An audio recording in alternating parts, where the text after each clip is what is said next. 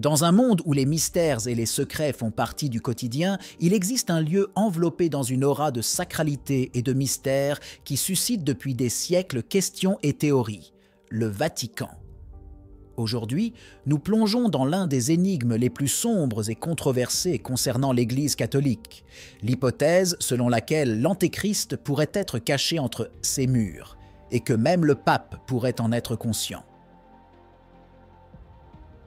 Avant de procéder, n'oubliez pas de vous abonner à la chaîne et d'activer la cloche pour ne manquer aucune de nos enquêtes sur les vérités que le monde tente de cacher. Avez-vous déjà entendu parler de l'Antéchrist?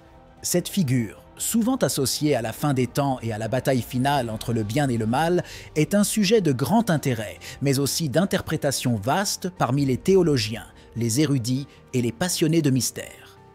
Et si nous vous disions que des preuves de son existence et de sa présence au sein de l'institution même censée le combattre, l'Église ont été dissimulées pendant des années? Explorons ensemble les couloirs cachés du pouvoir religieux, à travers des documents anciens, des prophéties et des témoignages que certains affirment avoir été délibérément ignorés ou même supprimés. Ce voyage nous amènera à nous interroger non seulement sur les fondements de la foi, mais aussi sur les structures de pouvoir régissant les plus grandes institutions de notre monde. Si ce sujet vous intrigue et que vous souhaitez soutenir notre recherche de la vérité, laissez un like, abonnez-vous à la chaîne et activez les notifications. Seulement ensemble, nous pouvons mettre en lumière les histoires qui méritent d'être racontées.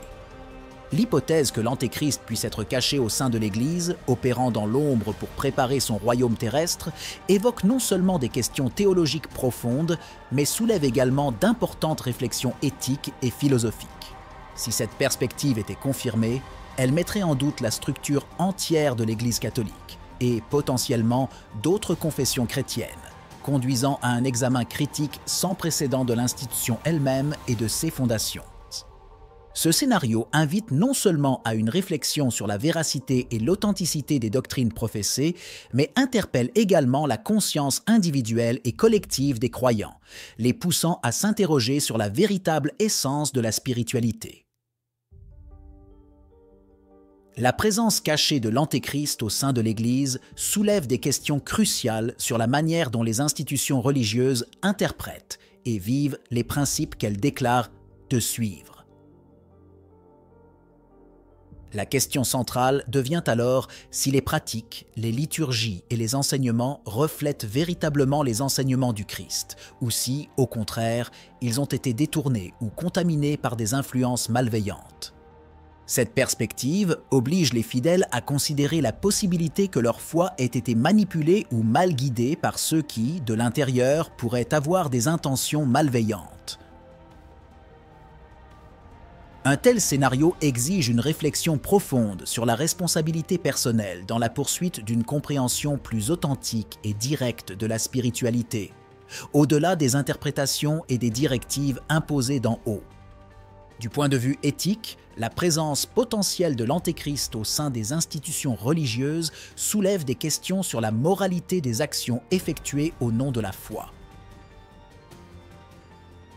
Comment les croyants peuvent-ils distinguer entre les véritables instructions divines et les manipulations opérées par des forces obscures?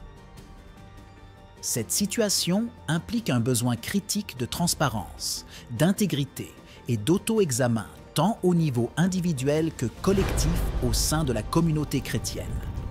Philosophiquement, ce scénario stimule un débat sur la nature du mal et sur sa capacité à s'infiltrer et corrompre les institutions censées représenter le bien suprême. Cela conduit à s'interroger sur l'existence du libre arbitre, sur la lutte entre le bien et le mal et sur le rôle que chaque individu joue au sein de cette dynamique cosmique. La présence potentielle de l'Antéchrist dans l'Église souligne l'importance de la vigilance spirituelle et de la recherche incessante de la vérité, mettant en évidence comment la foi ne doit jamais être acritique ou passive, mais toujours active et discernante. Le concept d'Antéchrist, largement discuté dans les textes sacrés et les interprétations eschatologiques, est généralement associé à une entité maléfique s'opposant directement à Christ et aux valeurs chrétiennes. Cependant, sa présence présumée au sein de l'Église introduit un renversement de rôle paradoxal, où le mal se cache sous les traits du bien pour le saper de l'intérieur. Cette notion déstabilisante exige une réflexion profonde sur la vigilance spirituelle et sur l'importance de maintenir sa foi vivante à travers un engagement constant et conscient.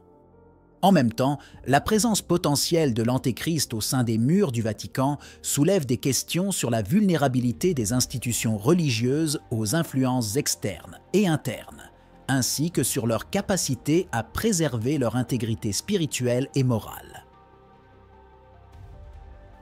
Dans ce contexte, la confiance des fidèles peut être gravement mise à l'épreuve, conduisant à une crise de foi qui nécessite une recherche renouvelée d'authenticité et de vérité. De plus, en considérant l'influence de l'Église dans l'histoire de l'humanité, la possibilité qu'elle ait pu être manipulée par des forces obscures poursuit non seulement un agenda spirituel, mais aussi politique et social, rendant la frontière entre religion et pouvoir terrestre encore plus floue. Cela implique que la lutte entre le bien et le mal ne se déroule pas seulement sur le plan spirituel, mais aussi dans celui des décisions quotidiennes qui façonnent la société. Cette perspective ouvre la voie à une spiritualité plus personnelle et moins institutionnalisée, où le croyant est appelé à développer une relation directe avec le divin, indépendamment des médiations humaines. Cultiver un esprit critique et une foi mature qui ne se laisse pas tromper par les apparences, mais qui cherche constamment la vérité dans les paroles, les actes et les silences des institutions religieuses devient essentiel.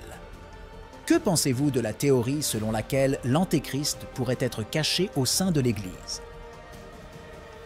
Croyez-vous qu'il puisse y avoir des fondements véridiques derrière cette hypothèse, ou la considérez-vous simplement comme une théorie du complot? Partagez vos opinions dans les commentaires. Enfin, cette discussion invite à une réflexion sur la responsabilité des institutions religieuses elles-mêmes de maintenir la transparence et la cohérence avec les valeurs qu'elles professent. Seul un engagement constant envers la vérité, l'intégrité et la spiritualité authentique peut permettre à l'Église de surmonter les défis internes et externes, réaffirmant son rôle de guide moral et spirituel pour les fidèles. Dans la quête de vérité, le chemin auquel nous sommes confrontés est empreint de complexité et de défis qui vont bien au-delà de la simple acquisition de connaissances. Il s'agit d'un voyage qui interroge profondément la foi, explore les profondeurs de la spiritualité et met à nu la fragilité des institutions créées par l'homme. Cette recherche va au-delà d'une simple question intellectuelle. Elle devient une exploration émotionnelle et spirituelle qui exige un engagement total de l'être. Le discernement joue un rôle crucial dans ce processus. Ce n'est pas seulement un acte de jugement intellectuel, mais une compétence qui implique l'être entier, nécessitant un équilibre entre l'esprit, le cœur et l'esprit. Le discernement nous aide à naviguer à travers les eaux parfois troubles des informations, des interprétations et des perspectives, nous aidant à distinguer la vérité du faux, le bien du mal, la lumière des ténèbres. Cette capacité s'affine non seulement à travers l'étude et la réflexion, mais aussi à travers l'expérience vécue et l'ouverture intérieure vers un guide spirituel supérieur. La prière est un autre pilier fondamental dans cette recherche. Par la prière, nous nous ouvrons à un dialogue avec le divin, cherchant guidance, sagesse et réconfort dans les défis que cette recherche apporte. La prière devient un moment de réflexion intime, une bouée de sauvetage qui nous connecte avec la source ultime de toute vérité.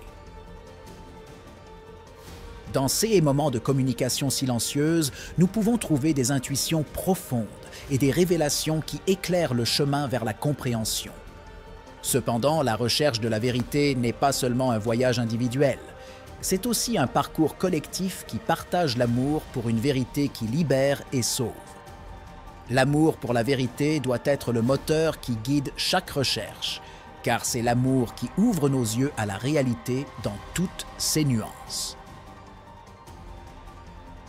L'amour pour la vérité nous pousse à chercher honnêtement, à remettre en question nos préconceptions et à rester ouverts à où la recherche peut nous mener, même lorsqu'elle nous conduit loin de nos zones de confort.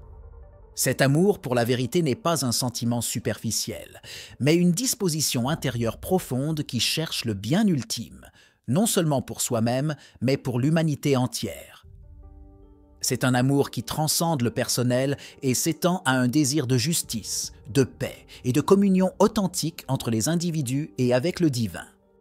En conclusion, alors que les questions restent ouvertes et que les réponses semblent de plus en plus enveloppées dans le mystère, une chose est certaine, la quête de vérité ne doit jamais s'arrêter. La présence de l'Antéchrist au sein de l'Église, réelle ou présumée, nous rappelle que la lutte entre le bien et le mal est un thème récurrent dans l'histoire de l'humanité. Un thème qui nous interpelle tous à un niveau